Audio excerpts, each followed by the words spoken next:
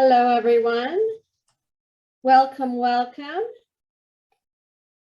Welcome to our webinar, Bear River is Life, a discussion on the watershed programs for farmers.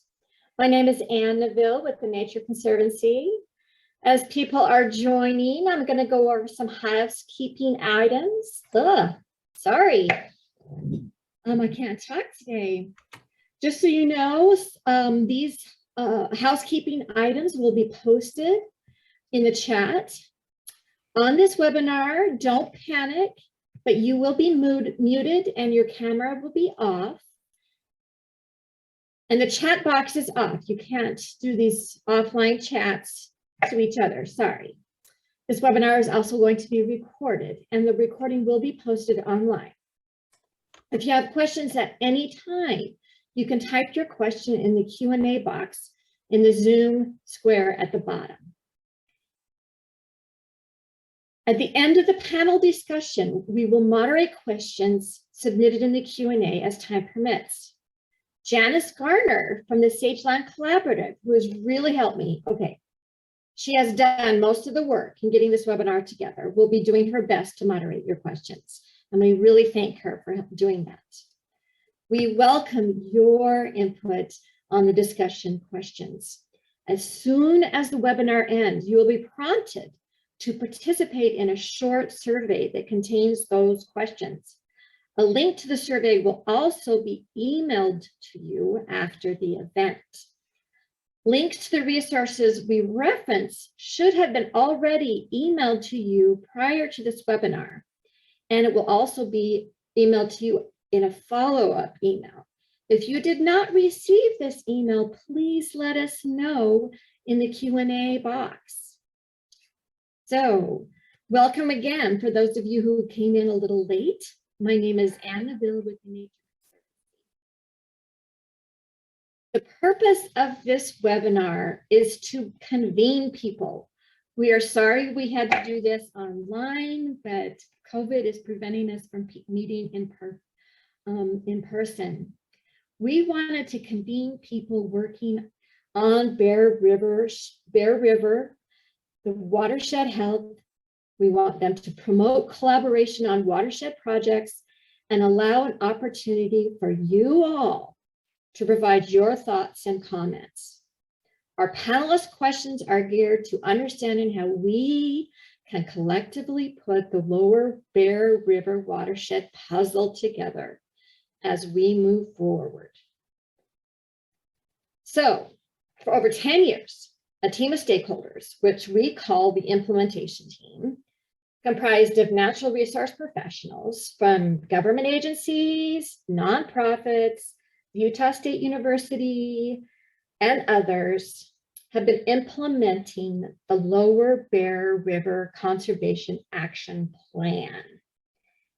So we reviewed our plan, and over the 10 years of outcomes, we talked about what we found. And basically, we determined that we didn't have everyone we wanted at the table. We also determined we didn't know exactly what those that were not at the table, we didn't know what they were doing. And we didn't know if what we were doing and what they were doing were actually helping the health of the watershed. So for us as a team, we wanted to know what we should be doing going forward. So going forward, we're seeking input on how to collaborate in the watershed and on watershed projects. So how are we going to do this into the future? So earlier this year, we administered a phone questionnaire about projects on the Bear River. A key takeaway on this survey is that basically the Bear River is highly, highly valued by all of us.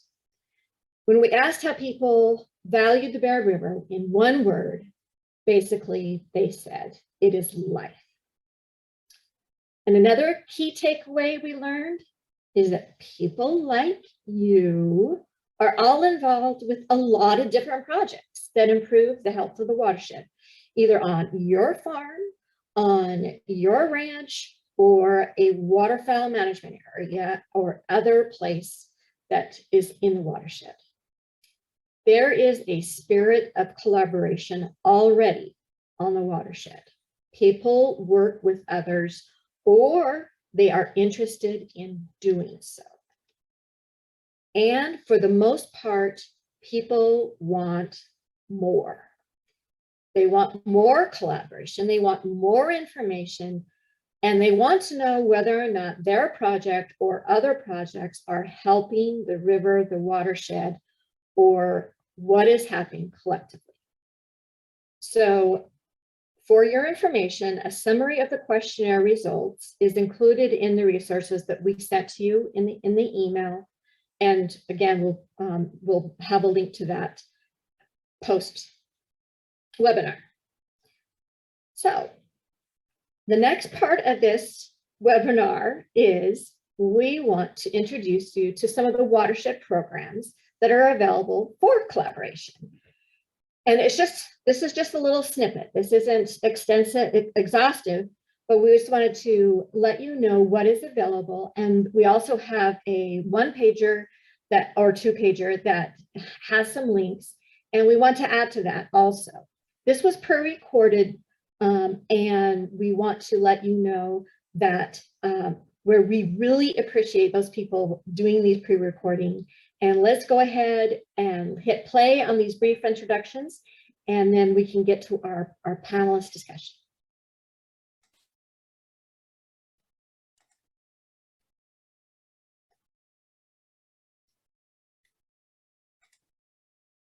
I am Hannah Freeze, and I work for the Utah Department of Agriculture and Food. I'm the program manager for the Agricultural Voluntary Incentive Program that we shorten to call the Ag VIP program.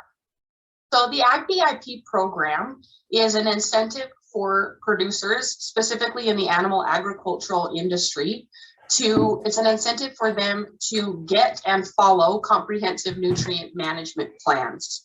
So through the Ag VIP, we work with the producer to develop a plan specific to their operation.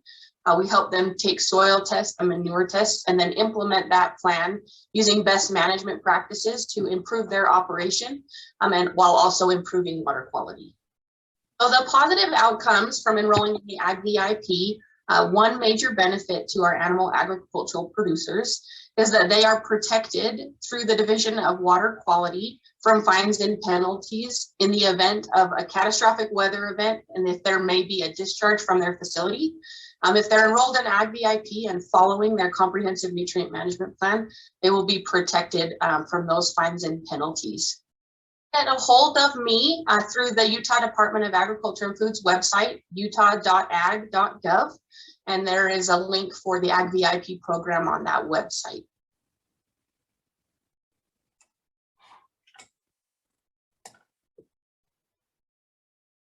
Brandon Todd. I'm a district conservationist with the USDA NRCS. I supervise the Cache and Rich counties. And today I'd like to introduce a little bit of information about the Agricultural Conservation Easement Program. It's called ACEP. And then there's also two different programs within ACEP, the Wetland Reserve Easements, and then also the Agricultural Land Easements.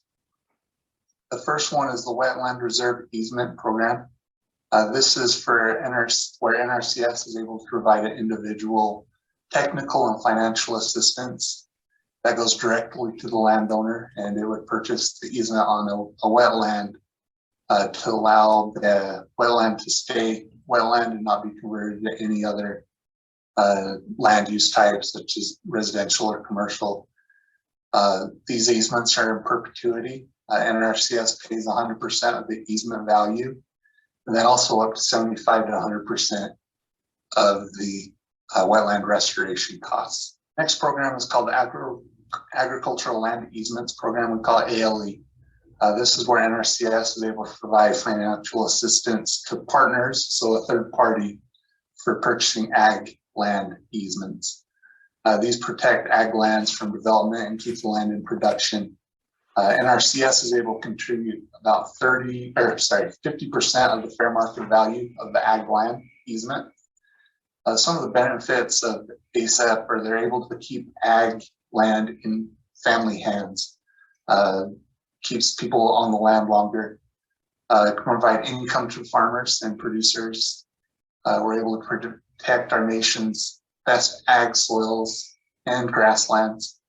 We're able to protect wildlife habitat and that biodiversity.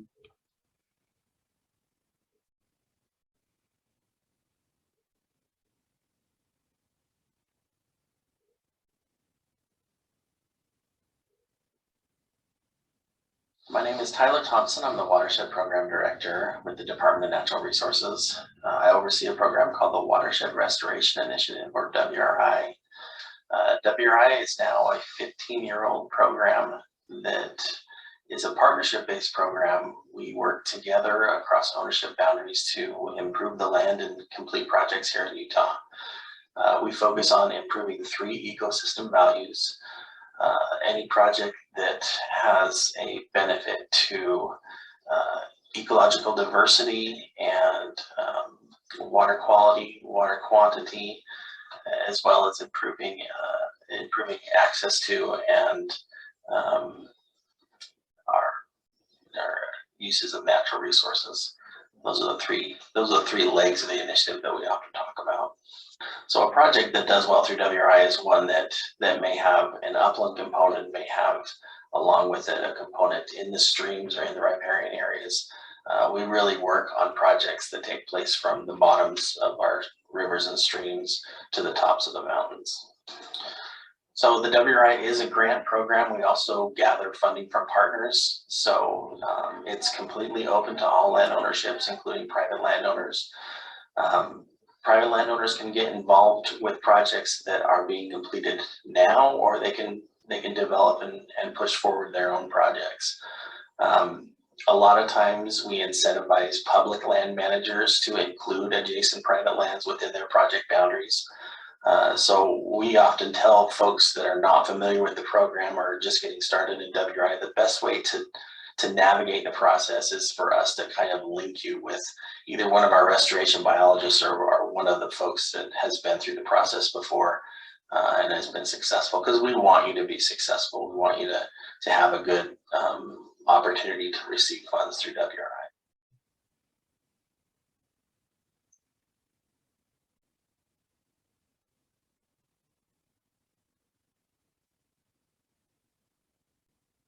I'm Mike Allred. I work for the Division of Water Quality in the Utah Department of Environmental Quality. I'm a watershed coordinator working with landowners to help put water quality practices on the ground. The first program is the state non-point source program, and that is funded through the Water Quality Board. And the second one is Section 319 Clean Water Act funds, that is pass-through monies from the federal government that the Department of Environmental Quality manages. The idea behind both funding sources is to improve water quality through implementation of best management practices, things like fencing livestock off the stream, vegetative plantings, buffers along riverbanks, implementing grazing management systems, nutrient management systems, even improving sprinkler irrigation systems are some examples of the types of projects that are funded through both the non-point source program and the 319 program. A lot of times these projects improve the value of their farm. Sometimes they make things easier to manage. A lot of the practices that we help fund enhance the quality of the rivers, which many landowners like to see happen. They take pride in their appearance of the river corridors, and quite often, like grazing management systems can help improve a farmer or landowner's ability to manage livestock or crops.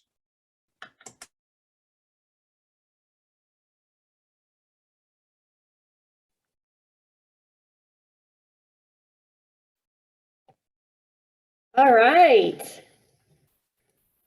Again, that was a really quick introduction to some of the watershed programs that we have. And thank you, all those that did that for us. Now I'm really pleased. This is the meat of the webinar today. And we're going to begin our panel discussion.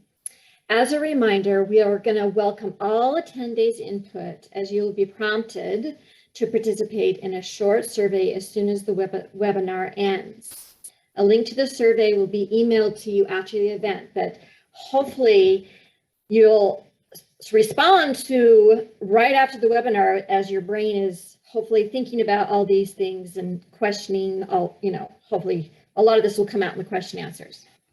But I really want to let you know how honored and how pleased we are to have Joanna and Tawada facilitate this panel. Many of you may know her from her teaching natural resource policy and social science at USU, but she has been a key resource for the state in smart strategies in water policy and water banking and land use planning and more. So we really appreciate her taking the time to facilitate this panel.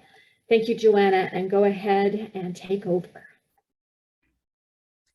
Thank you, Anne, and thank you, Janice. And I'm very pleased to introduce our panelists today. We're really fortunate to have with us, first of all, Joel Ferry, who is the District 1 representative in the state legislature from Brock's Elder, but he is here today with his farmer hat on. So Joel Ferry. Gabe Murray is with us. Gabe has been the Lower Bear River Watershed Coordinator with the Utah Department of Agriculture and Food and with the Division of Water Quality. But he recently started a new position with the Bear River Land Conservancy. So Gabe's here. Glad everybody has their names on their video. So Tony Richards represents the Utah Association of Conservation Districts. Tyler Thompson, who you saw in the video, leads the Watershed Restoration Initiative for the Utah Department of Natural Resources. We have Brandon Todd with the Natural Resource Conservation Service of the USDA, and also John White, an agricultural producer from Cache Valley, who also has a long history in elected public service in our area here. So thank you all for being with us today. I just want to kick off the panel with a small little personal introduction. My husband's family really likes coming from other states to Logan Canyon for family reunions at the Beaver Creek Lodge. And part of the reunion is always putting together 1,000-piece puzzles, one or more, and everybody contributes to putting the puzzles together over the course of the several days of the reunion. So those of us who live and work in the Bear River Basin are involved in a similar but very longer term effort to put together the various pieces of land and water management so that the future picture of the lower Bear River is one of an environmentally and socially sustainable place that people want to call home and that people want to visit. So we'll be discussing that today because all of us play a part. We all hold a puzzle piece that we can contribute. So I want to open this up to the panel, and we're going to just sort of let people contribute as they want, or if not, I'll call on people. But I have a first question for you. And the first question relates to administering programs, some of which you have heard about. So the question is, how can collaboration between the leaders of watershed programs build capacity and increase effectiveness so that we can meet our shared goals of improving watershed health? So who would like to start?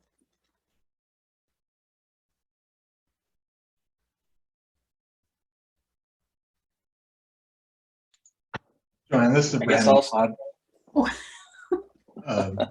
I just think that every one of us here on this panel represents an agency that has a specific way that we can help others in our community conserve the natural resources within our watershed. Things that the NRCS can do might be things that can help another agency such as UDAF. There's things that UDAF can do that NRCS can do. And so if we're able to find where we can create that symbiotic effect, where we can both provide the ability to conserve our natural resources and improve the quality of life and just the environment for our watershed, it's just a good opportunity, especially things like this, where we can find where we can build that capacity, increase our effectiveness. Okay, Tyler, you want to jump in? Sure. I was just going to mention that, you know, for the WRI program, I think collaboration is really what we're all about. And we focus a lot of when it comes to collaboration down at the ground level with the actual project managers that are putting these projects together. But definitely collaboration between leadership and knowing the different programs that are around in the Lower Bear can help us, you know, move all of our programs forward. For WRI, one of the things that we do is through the ranking process that we have for which projects are funded and which ones are not, we actually incentivize collaboration. So we're giving more points to projects that cross ownership boundaries, more points to projects that are bringing in private landowners with public entities. So to me, it's kind of a follow the money type system. We need to do more than just talk about collaboration. We need to actually incentivize it and push funding to those projects that are actually doing that. Thank you. Tony, can we jump to you next? Sure.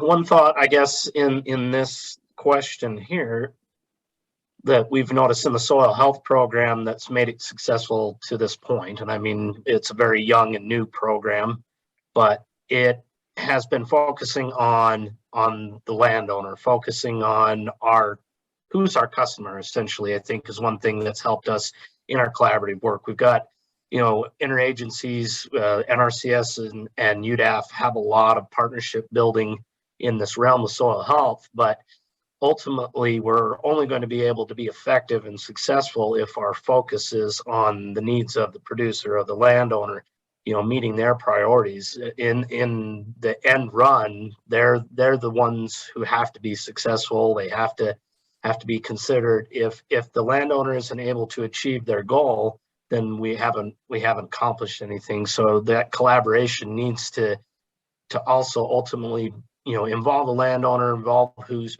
the person who's putting it on the ground. You know, otherwise we miss the mark. So we've tried to develop our program around, in a sense, we have an advisory committee that is chaired by landowners, by producers, by farmers, and then that committee we've sought to make sure that it's diverse in those who are on it. So we're not just focusing on one type of farming operation or producer, you know, diversify and have them be the leaders and set the priority goals and keys for the program. So I think that has helped us get onto a good footing and moved soil health forward in a sense that it has real world applicability and is able to meet the goals and needs of the landowners, who's ultimately the one who needs to be successful within the program. Gabe, let's have you next, since you're the other person who's worked in administering this program, and then we're very interested in hearing from our two agricultural producers too, Joel and John. But Gabe, why don't you jump in here? Yeah, I think everybody's hit on some good points regarding collaboration. I think what Tony was trying to get at was that, you know, you can have collaboration from the top down, but you can also have collaboration from the ground up. And ultimately, what we got to do is we got to figure out how to meet those two ends. So I think we have a lot of great programs that start with the producer. And I think we have a lot of great programs that kind of start at a higher level, state agency level. But I think the real the real thing that I see as an opportunity is to bring those two levels together. And so how do we make that fit in between? And I think the more that we can get multiple agencies and organizations on similar projects, I think we're going to find a better fit instead of each agency carrying out their objectives, their projects with their landowners, if that makes sense. So we'll get greater collaboration if we can kind of get everyone to the table on similar projects. Thanks, Gabe. Joel, would you like to go next? Yes, thank you. And thank you, Joanna, for being here and facilitating this. I was just going to say, I'm going to put on so for my role as both a landowner who's gone through and done a lot of projects, I own a lot of property on the Lower Bear, and I've done a lot of projects that have benefited from these programs, but also, working with, so I've seen it from the ground up, starting at what project would work for my property, right? But I've also seen it from the other side where I can say, okay, from the state of Utah's perspective, what is working well, and what can we do to improve?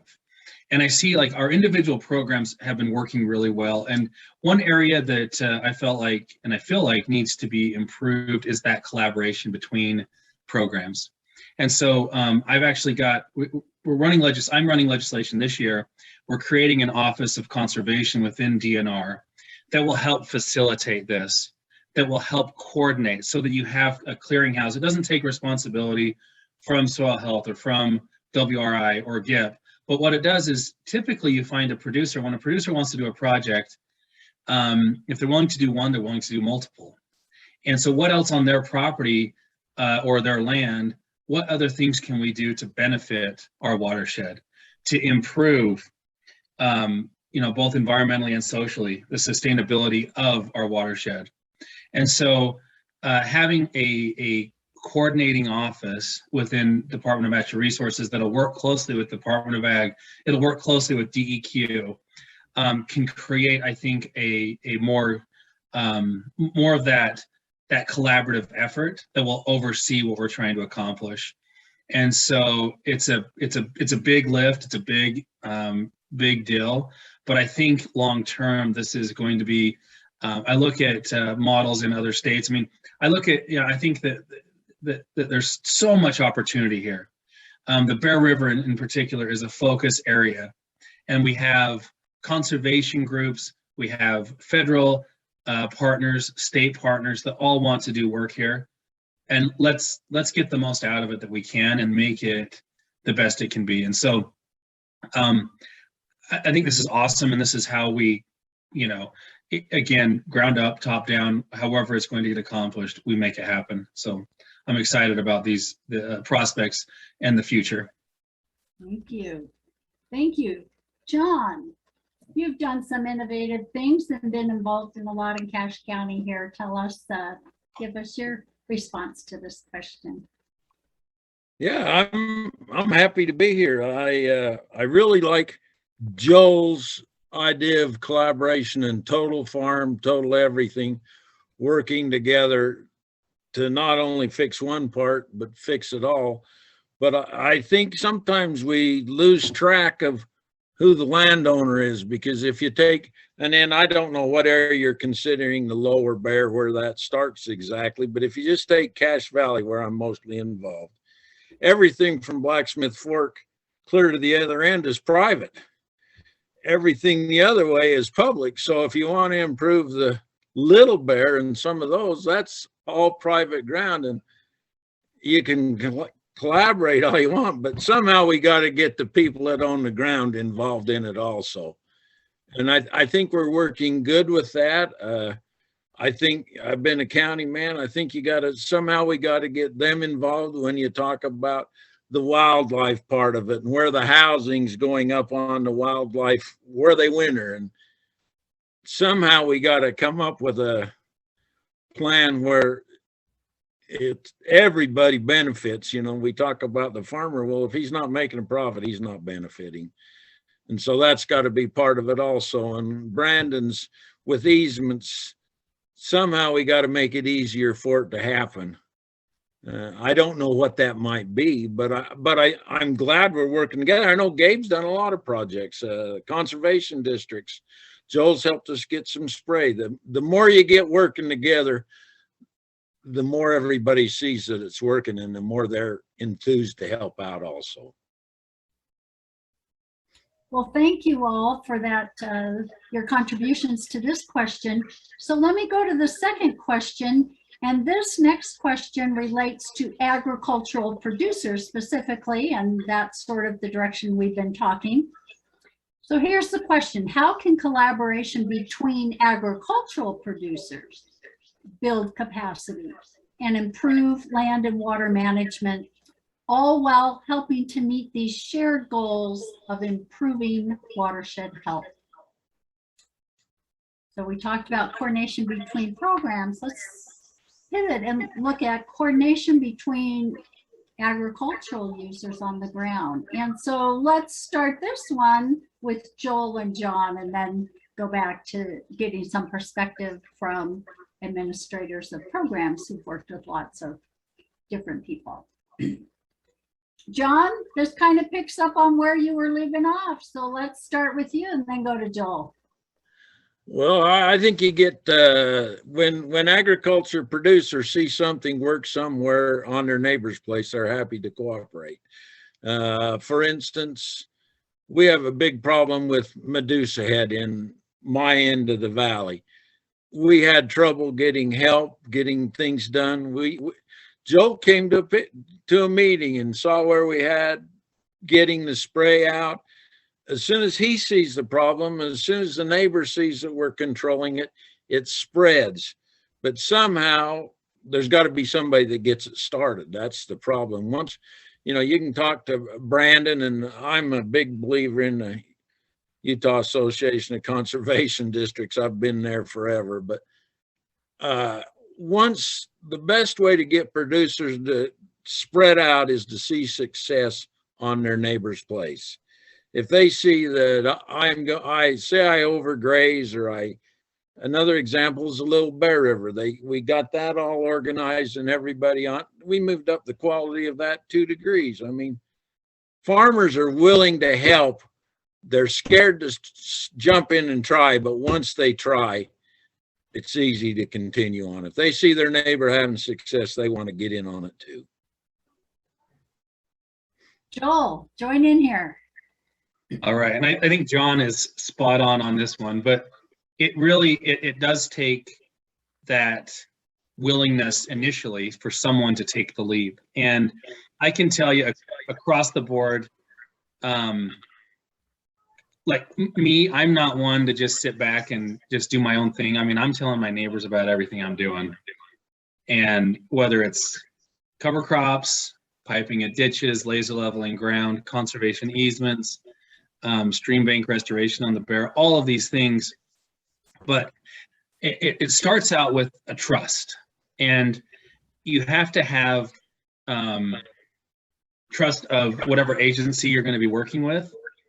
And that goes to, John talked about conservation districts, like our planners and our coordinators, our watershed coordinator, and our folks on the ground are so important. And they build that trust. And then they can say, hey, go talk to this farmer. Find out what he's doing. See how the cover crops are working in his field. Go see how that pipeline works for him. And then you can share that story. I think that like right now I'm working on a project that it's on a ditch where there's 6 different owners, and we want to pipe this ditch, make it more efficient. And I try to be a peacemaker if I can, but I like to get stuff done at the same time. And so I just step in and say, hey, we're going to do this, guys. And before they get all infight of who's going to do what and how's going to happen, and sometimes someone just has to take the reins and make it, work. And so from a landowner, from a producer's perspective, I would encourage anybody on the call or anybody listening to, don't be shy. If you're doing something that works and has a positive benefit, tell your story, share it with your neighbors, get out in front and promote it. And people will listen and people will follow.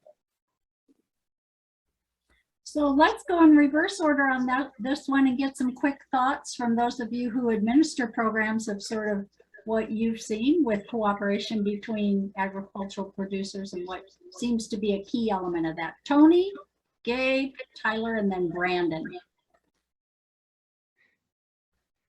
I, just kind of echo, I guess, what John and Joel have been saying. Producers, when they do see something that's working and they share, it seems to be more effective when they can see their neighbor doing something that works, and then they can follow that. Soil health programs across the country, the ones that have been successful have been following that pattern. That it is farmer led, it's producer led, and they're sharing their experiences. And I think one of the things, at least in my agency, that I see we don't do well enough is helping to share those stories. Share the successes that are happening around the state.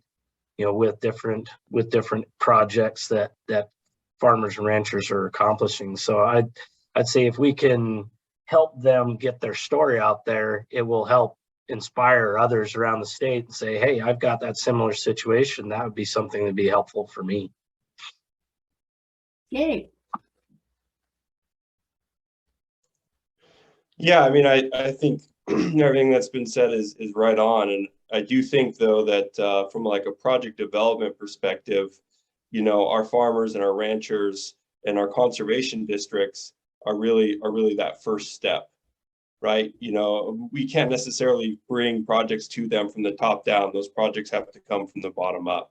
And those opportunities and those shared experiences, that collaboration at that level is what's going to generate projects that then the rest of us can bring support to. So, our farmers, our producers, they're essential. Thanks. Tyler. Yeah, just echoing what John said, we talk a lot about the snowball effect in WRI, and to me that goes both ways. We need to make sure that we're telling our stories, that we're telling about our successes, and helping one farmer talk to his neighbors, and making sure that they understand that we're not only here to help them, but we're here to do what we said we'd do, so that we don't have that negative feedback if we do something wrong. But the other part of that we talk about a lot is this economy of scale. So it's in our interest to fund projects that have, done the groundwork and actually signed up a long list of producers or a long list of folks along a river corridor, so that when we come in and bring the equipment in, we're not just doing a small piece, we're doing, a large section of that river, so that it's worth our time and effort to come in and do that work. Brandon. I'll just echo what everyone else said. From the NRCS, there's nothing that we can do without a private landowner. They're essential. They're the key pin on everything that happens. And so I just reiterate the fact that private landowners are really where things get done. Thanks. So there's a lot of good work going on in the Bear River, and a lot of looking to the future of how to continue to collaborate. Let me throw out the third question here. Are there opportunities that we're missing out on that could help us to jointly have a bigger impact on the environmental and economic health of the watershed? We appreciate the opportunities that are there, but are there some things we might be missing out on that we could look at going forward? Joel, you want to start this one off? I'm going to start with you and John, and then we'll go back to the program administrators. Sure, thank you.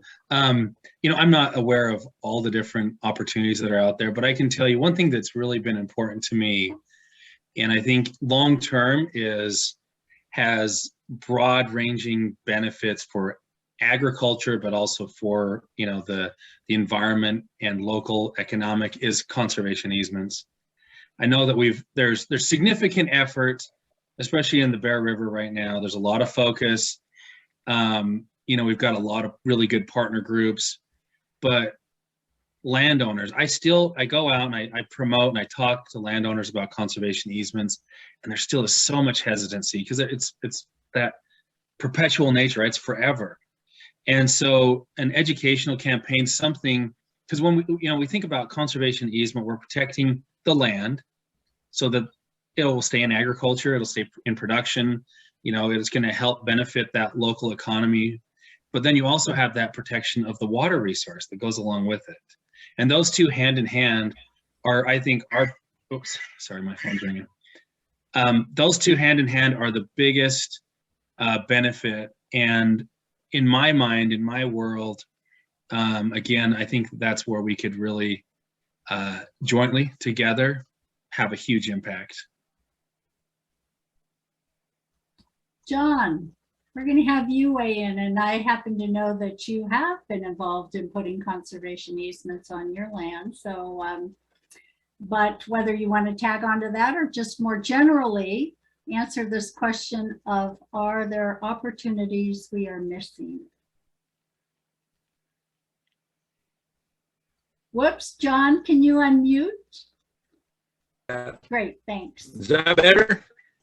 Yeah, he talked about my favorite project. I think I had the first easement in Cache Valley that worked with more than one person on a farm. I think I had the last one that actually got done with Forest Legacy. I think they're excellent projects. People are afraid of it. And then now we got Joel here. The legislature kind of took out the Lee Ray McAllister funding for a while there, but now it's back. And the trouble with easements is getting matching money. And that's getting better now. They take too long to get. But I think everybody's looking to improvement. But what's been happening lately with that money is we do an easement in a city, so to speak, and the ground's worth $100,000. Well, you can do one out in the country, top of a watershed, top of a river somewhere, and you can get ground that's 2,000 acres. So for the same amount of money, you reserve a lot of things. I think we're missing out on easements. I think we're missing out on how to get what we're doing right here out to the public. I don't know how you get that out, but the projects that are available to farmers, that every farm, farmers, the first real environmentalists. The only one before them was Indians. And I think we need to get more information of what's available. I think that's where we're missing out, is getting cooperation through them, actually knowing the benefits of working on their place and making it better. Everybody wants to improve their ground. That's just nature of a farmer, and somehow we gotta get that information out. But I am a true believer of easements, and I think we need to make that process easier. Okay, let's go in reverse order of the rest of you for some quick thoughts before Janice wants us to move on, and we'll need to do that. Brandon, Tyler, Gabe, and Tony, in that order. Just that's how you appear on my screen. So, missed opportunity. Did I lose you? You lose me, or where are we at? So the NRCS is trying hard to streamline this ASEP process for the easements. We're working to build our capacity with our partners. I know we're going to be able to work close with Gabe and Matt Coombs with the Bear River Land Conservancy and Open Lands, any other third party that's interested in working with the conservation or with the NRCS on these ASEP and other easements. The state's trying to build the capacity. They're hiring new employees to be able to handle these easements, so we can try to get them move through the system quicker and make it more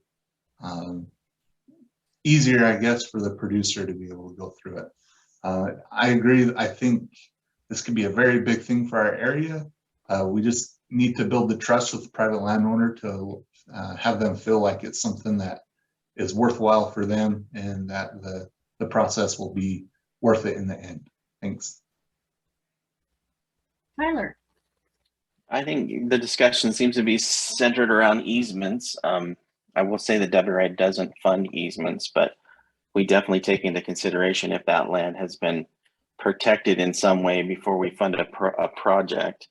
But for me, one of the biggest opportunities that we're missing right now is this. We're missing the opportunity to fund more of these projects. I mean, for my program alone, we had $100 million in requests this year.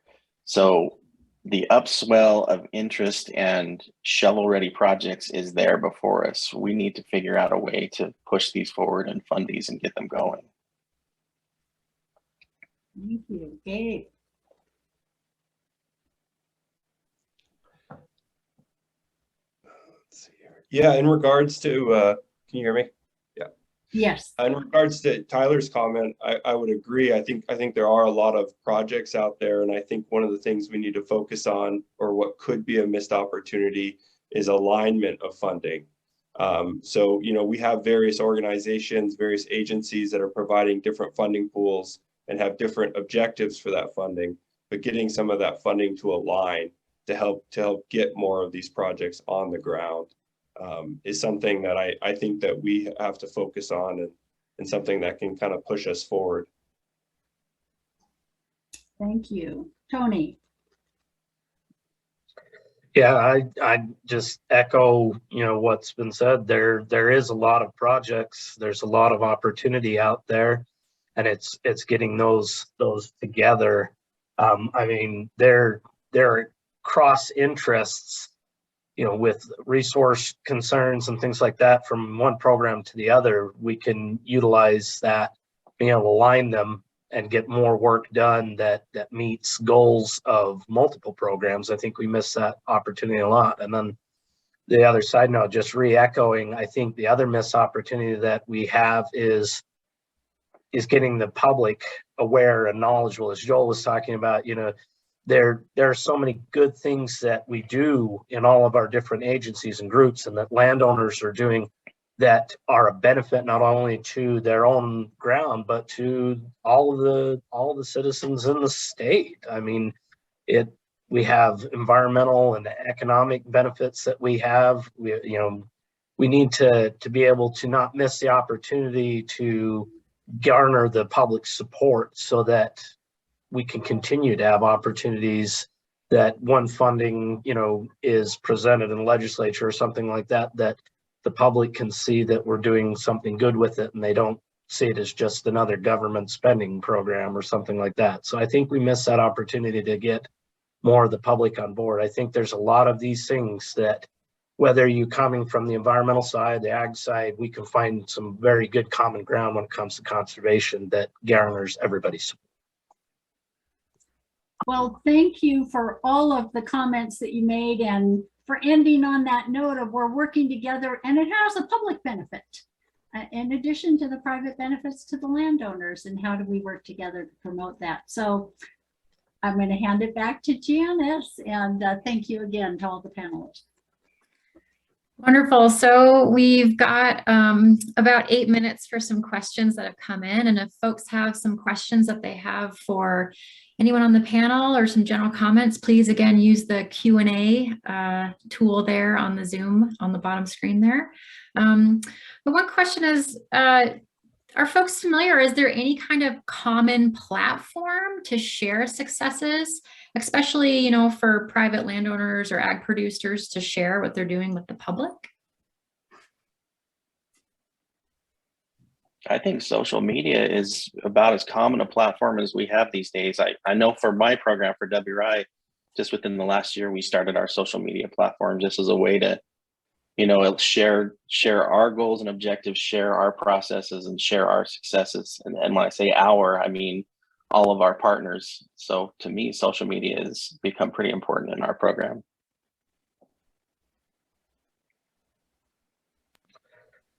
I'd echo that same thing. What we have been able to be successful with has been social media. Question to John White. John White, do you and your buddies use social media? Not a heck of a lot. I do with Tony just because I know he's doing it. As a conservation district, we put out a newsletter. We send that to all ag producers in this end. But as far as I'm not a FaceTimer or a whatever, and I don't even tweet.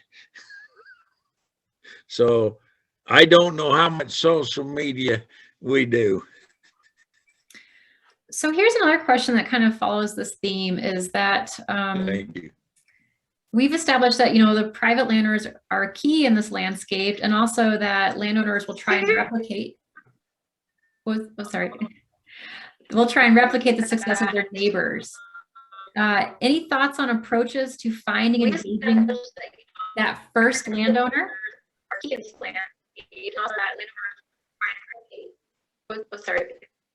try and replicate the success of their neighbors. Any thoughts on approaches to finding that first landowner? So Janice, I'll take a stab at that if nobody else wants to. So what we do in WRI is we basically hold back a little package of funding every year for a discretionary fund, or, you know, it's almost like a fund that if something comes up that's outside of the normal process that might be a way for us to get our foot in the door, or, you know, start with a landowner in a new area, we will circumvent the regular process and actually fund something like that. It's just a discretionary fund. And the goal there is to basically get started in a new area with a new landowner that'll then share their successes with their neighbors.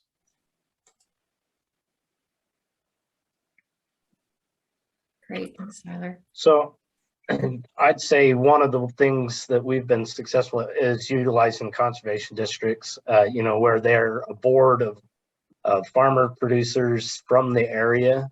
They've been a great resource to find that first person that's interested in doing something, trying something. You know, that the conservation district organization, I mean, we got 38 of them throughout the state.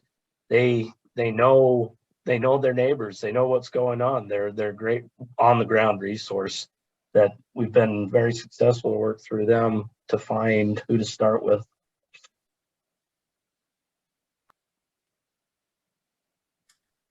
So here is a question that some of you may be able to speak to is, how does this discussion that we've had today relate to these new regional watershed councils and what they're trying to accomplish?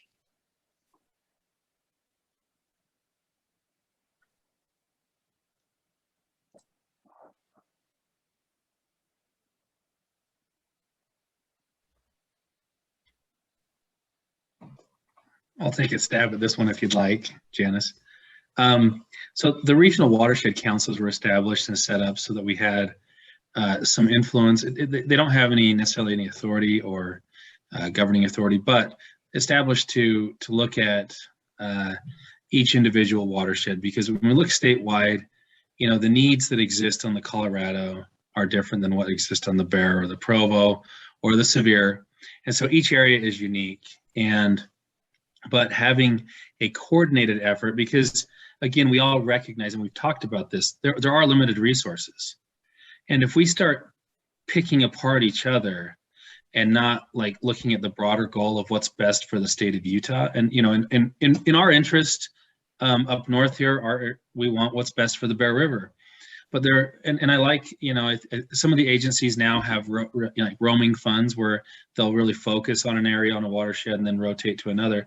But really, when we start to infight, that's when we lose support, financial support, because if the legislature or the governor or agencies look at us as kind of trying to cherry pick each other, they have so many other needs and interests asking for money that they'll go to where the fighting's not happening. And so with the regional watershed councils, I think it's a clearinghouse, a coordinated effort that we can get together statewide and also have that independent, individual watershed focus. I think that, they're new. They've only been in existence now for, I think, a year.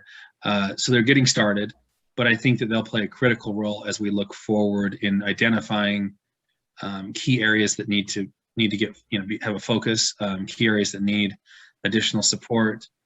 And my personal opinion is the Bear River is at the top of the list. It just is, especially the lower Bear. There's so many pressures on our system right now that we've got to attract and get the support from the entire state, not just from us up north here. So. Wonderful, thanks. With that, we've reached the end of our time for the Q&A. And before I hand it over back to Joanna for some final closing remarks, I just wanted to remind everyone that just as soon as this webinar ends in a few minutes, you'll be given an invitation to do a short survey, and we'd love your feedback on that. That same questionnaire will be sent via a link in an email that you'll receive in the next day. And so thank you very much for your participation and sharing with us. And Joanna, over to you. I just want to thank the panelists again for getting this conversation started. It will be an ongoing conversation. And so just to follow up on what Janice said, the survey that you'll get, called a survey, but it's the same questions that we've discussed here in the panel, and it'll give the broad audience who attended today a chance to weigh in on those same questions and contribute their ideas to this conversation moving forward. So thank you all very much, both to the attendees as well as to our panelists. And Janice, Ann, I'll turn it over to you to close it. Thank you all for coming, and appreciate it, and hope to see or talk to you soon. Bye-bye.